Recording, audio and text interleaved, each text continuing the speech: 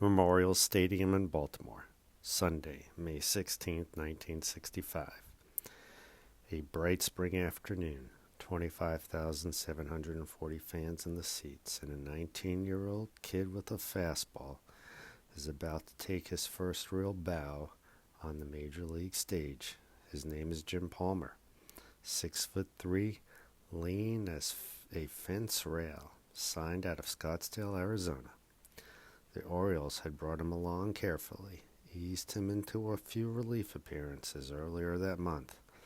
But on this Sunday afternoon, with the second-place Yankees in town, Palmer wasn't supposed to be the story at all. The starter was Dave McNally. The opposing pitcher was Jim Bouton. Yes, that Jim Bouton, the right-hander with the cap that always flew off. The story was supposed to be about the veterans. Then the third inning happened. The Yankees came up swinging. Bobby Richardson singled, Tom Trush singled, Mickey Mantle, the great Mickey Mantle himself, singled to right. And suddenly McNally looked at the scoreboard and saw 4 runs hanging there like wet laundry. Manager Hank Bauer made the long walk to the mound, and out of the bullpen, blinking into the Maryland sunshine, came young Jim Palmer. He got a double play to end the inning, calmed himself down, and then, friends, came the moment. Bottom of the fourth, the Orioles trailing 4-2. Davy Johnson reaches base on an error. 2 outs, and up to the plate steps Palmer himself, bat in hand, all of 19 years old, facing Jim Bouton. Now, Bouton was no slouch, a 21-game winner the year before. But Palmer, the kid pitcher, the kid who'd never hit a major league home run, the kid who'd never even won a major league game, took a Bouton fastball and drove it deep to right field. Gone. 2-run homer. His first big league hit was a long ball, and it tied the game at 4. Think about that. Your first major league win. Your first major league home run. Same afternoon. Same swing of the bat providing the very runs that gave you the victory margin.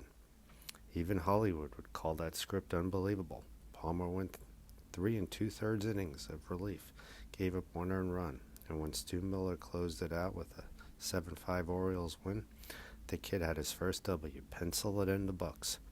The first of 268. Now here is where destiny does its peculiar work.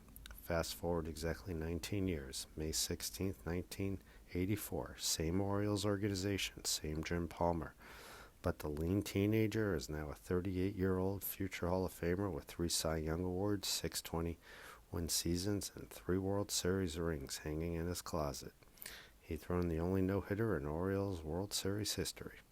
He'd never given up a grand slam in his entire career, not one. And on this May 16th, the Orioles released him.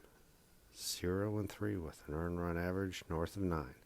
The team offered him a job in the organization, a graceful landing, a chance to stay in the family. Palmer said no. He believed in that fierce competitor's heart of his that somebody out there still needed a right-handed arm with 20 years of memory in it.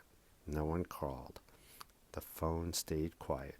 So consider the symmetry, friends. May 16, 1965, a teenager wins his first game and hits his first homer in the same afternoon at Memorial Stadium.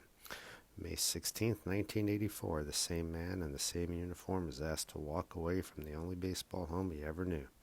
The calendar is a sense of poetry that no novelist could match.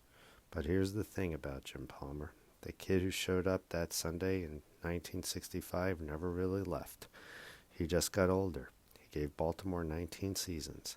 He gave baseball a standard of excellence. And he gave us a reminder that every legend starts somewhere, usually with a fastball, a home run swing, and a date on the calendar.